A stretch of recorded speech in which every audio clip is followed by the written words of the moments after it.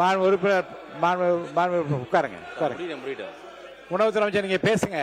நம்ம மாண்பு முதலமைச்சர் அரசு இந்த அரசு அமைந்த பிறகு இதை களைவதற்கான பல்வேறு நடவடிக்கைகள் மேற்கொள்ளப்பட்டு வருகின்றன. அவ்வளவுதான் கவனிக்கணும்ல வருகின்றன.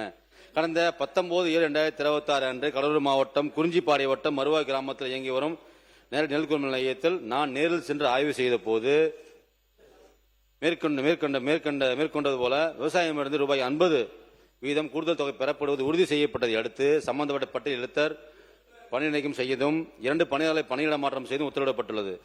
இச்சம்பவம் மூலம் நேரடி நெல் கொள்முதல் நிலையங்கள் விவசாயிகளிடமிருந்து எவ்வித கூடுதல் தொகை பெறுவதை அரசு ஒருபோதும் அனுமதிக்காது என்பதும் முறைகேடுகளில் ஈடுபடும் அலுவலர்கள் மற்றும் பணியாளர்கள் மீது கடுமையான நடவடிக்கை மேற்கொள்ளப்படும் என்று உறுதி செய்யப்பட்டது. மேலும் முறைகளில் ஈடுபடும் தனியார் அரிசி அரவை ஆலைகள் மீதும் இவ்வரசு கடுமையான நடவடிக்கை மேற்கொண்டு வருகிறது. நேரடி நெல் கொள்முதல் நிலையங்கள் எவ்வித புகார்களுக்கும் இடமின்றி செயல்படும் வகையில் விரிவான வழிகாட்டு நெறிமுறைகளுடன் கூடிய அரசாணை ஒன்று விரைவில் வெளியிடப்படும். மேலும் நெல் கொள்முதல் நிலையங்கள் பொது விநியோக திட்டம் வரை அனைத்து நிலைகளிலும் ஒருங்கிணைக்கும் வகையில் end to end computerised system விரைவில் நடைமுறைப்படுத்தப்படும். இதன் மூலம் வெளிப்படையான நிர்வாகம் உறுதி செய்யப்படும். தமிழ்நாடு சேமிப்பு கிடங்கு நிறுவனம் 7 மண்டல அலுவலகங்களில் 62 சேமிப்பு கிடங்கு வளாகங்களில் 280 சேமிப்பு கிடங்குகள் கொண்டு இயங்கி வருகிறது. இதன் மொத்த கொள்ளளவு 7,91,504 மெட்ரிக் டன். கடந்த 2021 முதல் 21-22 முதல் 2025-26 வரை தமிழ்நாடு சேமிப்பு கிடங்கு நிறுவனத்தின் சராசரி சேமிப்பு கொள்ளளவு 26.6% மட்டுமே. தற்போது நமது ஆட்சியில் 2026-27 நடப்பு நிதியாண்டில் பயன்பாட்டின் அளவு தற்போது சராசரியாக 98% உயர்த்தப்பட்டுள்ளது. இதனால் வருமானம் உயரும். குடிமைப் பொருள் வழங்கல் குற்றப்புலனாய்வுத்துறை சிவில் சப்ளை சிஐடி குடிமைப் வழங்கல் குற்றப்புலனாய்வுத்துறையால் எடுக்கப்பட்ட நடவடிக்கைகளால் 10/5/2026 முதல் 17/8/2026 வரையிலான காலகட்டத்தில் 3703 வழக்குகள் பதியப்பட்டு அவற்றில் 12,711 குவிண்டால் பொது விநியோக திட்ட அரிசி, 8,963 லிட்டர் பொது விநியோக திட்ட மண்ணெண்ணெய், 1,872 வீட்டு சமையல் சிலிண்டர்கள் மற்றும் இதர இன்றியமையா பொருட்கள் கைப்பற்றப்பட்டுள்ளன.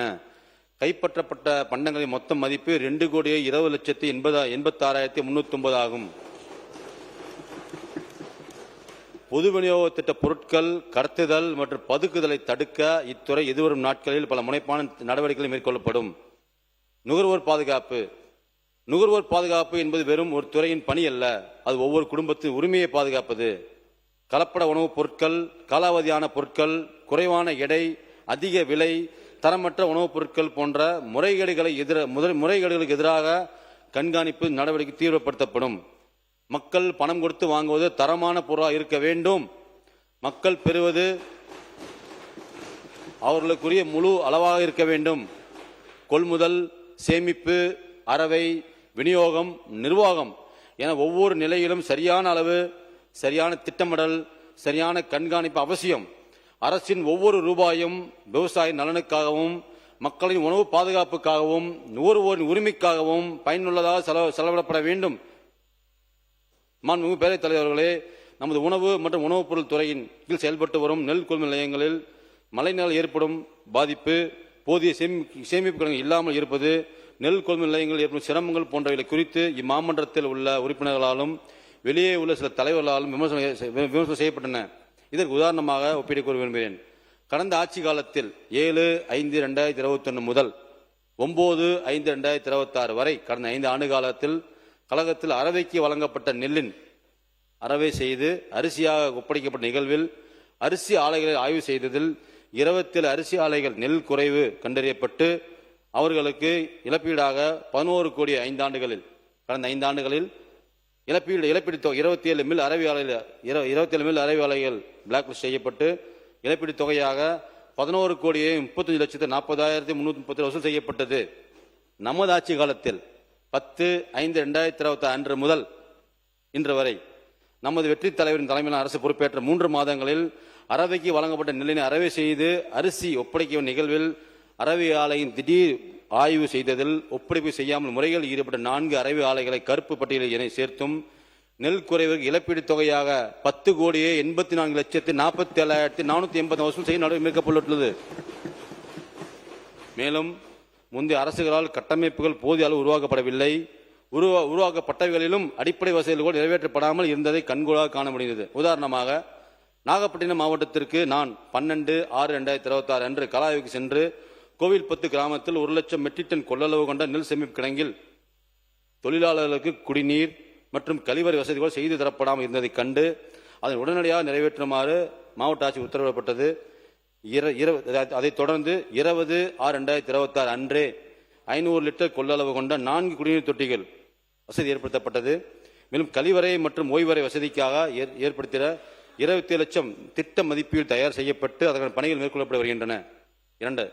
தஞ்சாவூர் மாவட்டத்தில் உள்ள நடூர் கிராமத்தில் கட்டப்பட்டு வரும் 1,00,000 மெட்ரிக் டன் கொள்ளளவு கொண்ட கிடங்கிற்கு கனரக வாகனங்கள் சென்று வர சாலை வசதி சுமார் 2 கிலோமீட்டர் தூரத்திற்கு மிகவும் குறுகலாக இருந்தது.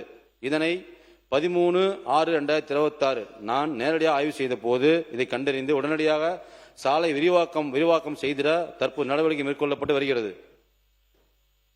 இந்த உதாரணப்படி கடந்த ஆட்சி காலங்களில் நிர்வாக திறமையின்மை, அக்கறையின்மை, கவனமின்மை, திட்டமிடல் குறைபாடுகள் மற்றும் சுயநலத்தின் காரணமாக ஏற்படுத்திய குறைபாடுகளுக்கும் சீர்கேடுகளுக்கும் 2026 ஆண்டு பிறந்தே 2026 ஆண்டு மே 10ஆம் தேதி பிறந்து 100 நாட்களான பாலகனை காரணம் குற்றம் சுமத்துவது நியாயம்தானா இது என்பதை அவர் மனசாட்சி விட்டு விடுகிறேன். நமது மக்களின் அரசானது தமிழ்நாடு மாண்புமிகு முதலமைச்சர் அவர்களின் வழிகாட்டுதலின்படியும் இதுவரை முந்தைய அரசு ஏற்படுத்தப்பட்டிருந்த அனைத்து பிரச்சனைகளுக்கும் தீர்வு காண முனைப்புடன் செயல்பட்டு வருங்காலங்களில் அனைத்தும் சீர் செய்யப்படும். நமது இலக்கு தெளிவானது. பசியற்ற தமிழகம், வளமான விவசாயம், வலிமையான பொது விநியோக திட்டம், பாதுகாப்பான உணவு உற்பத்தியிலிருந்து நுகர்வு வரை ஒவ்வொரு நிலையிலும் வலுப்படுத்தி தமிழ்நாட்டின் உணவு பாதுகாப்பை மேலும் உயர்த்துவதே நம்ம லட்சியம். இறுதியாக புரட்சி தலைவர் எம்ஜிஆர் அவர்களின் நடித்த சந்திரோதயம் திரைப்படத்தில் ஒரு பாடல், புத்தன் இயேசு காந்தி பிறந்தது பூமியில் எதற்காக, இந்த பாடலில் ஒரு சில வரிகளை மட்டும். நிழல் வேண்டும் போது மரம் ஒன்று உண்டு, பகை வந்த போது துணை ஒன்று உண்டு, இருள் வந்த போது விளக்கொன்று உண்டு, எதிர்காலம் ஒன்று எல்லோருக்கும் உண்டு, உண்மை என்பது என்றும் உள்ளது தெய்வத்தின் மொழியாகும், நன்மை என்பது நாளை வருவது நம்பிக்கை ஒளியாகும். அந்த நம்பிக்கை ஒளிதான் நமது மாண்புமிகு முதலமைச்சர் அவர்கள். நமது வெற்றி தலைவர்களின் வழியில் நின்று தமிழ்நாட்டின் வளர்ச்சிக்கு ஒவ்வொருவரும் துணையிருப்போம் என்று தெரிவித்துக் கொள்கிறேன். இத்துறையின் மானிய கோரிக்கை பணிகளை சிறப்பாக மேற்கொள்ள உதவியாக இருந்த தலைமைச் செயலாளர், நிதித்துறை கூடுதல் தலைமைச் செயலாளர், மாண்புமிகு முதலமைச்சர் அவர்களின் செயலாளர்கள், துறையின் கூடுதல் தலைமைச் செயலாளர் திருமதி அமுதா அவர்கள், தமிழ்நாடு நுகர்வோர் வாணிப கழகத்தின் நிர்வாக இயக்குநர் திருமதி ஷில்பா பிரபார் அவர்கள், தமிழ்நாடு சேமிப்பு கிழங்கின் நிர்வாக இயக்குநர் ஜான் லூயிஸ் அவர்கள், உணவு மற்றும் நுகர்வோர் பாதுகாப்புத்துறை இயக்குநர் திரு சிவராஜ் அவர்கள், குடிமைப்பொருள் வழங்கல் குற்றப்புலனாய்வுத்துறையின் காவல்துறை அதிகாரி திரு ரூபேஷ்குமார் மீனா அவர்கள் மற்றும் அனைத்து துறை சார்ந்த அனைத்து அலுவலர்கள், பணியாளர்கள் மற்றும் எனது குடும்ப உறுப்பினர்கள், உதவியாளர்கள், நண்பர்கள் அனைவருக்கும் மனமான நன்றியை தெரிவித்துக் கொள்கிறேன். மாண்புமிகு பேரவைத் தலைவர்களே, விவசாயிகளின் நலன், நுகர்வோர் உரிமை, பொது விநியோக திட்டத்தின் வலிமை மற்றும் உணவு பாதுகாப்பை உறுதி செய்யும் வகையில் தரமான சேவைகள் அனைத்து மக்களுக்கும் சேரும் வகையில் உணவு மற்றும் உணவுப் பொருள் வழங்கல் துறையின் தொடர்பான புதிய அறிவிப்புகளை தங்களின் ஒத்துழைப்பின் பேரில் வெளியிடுகிறேன்.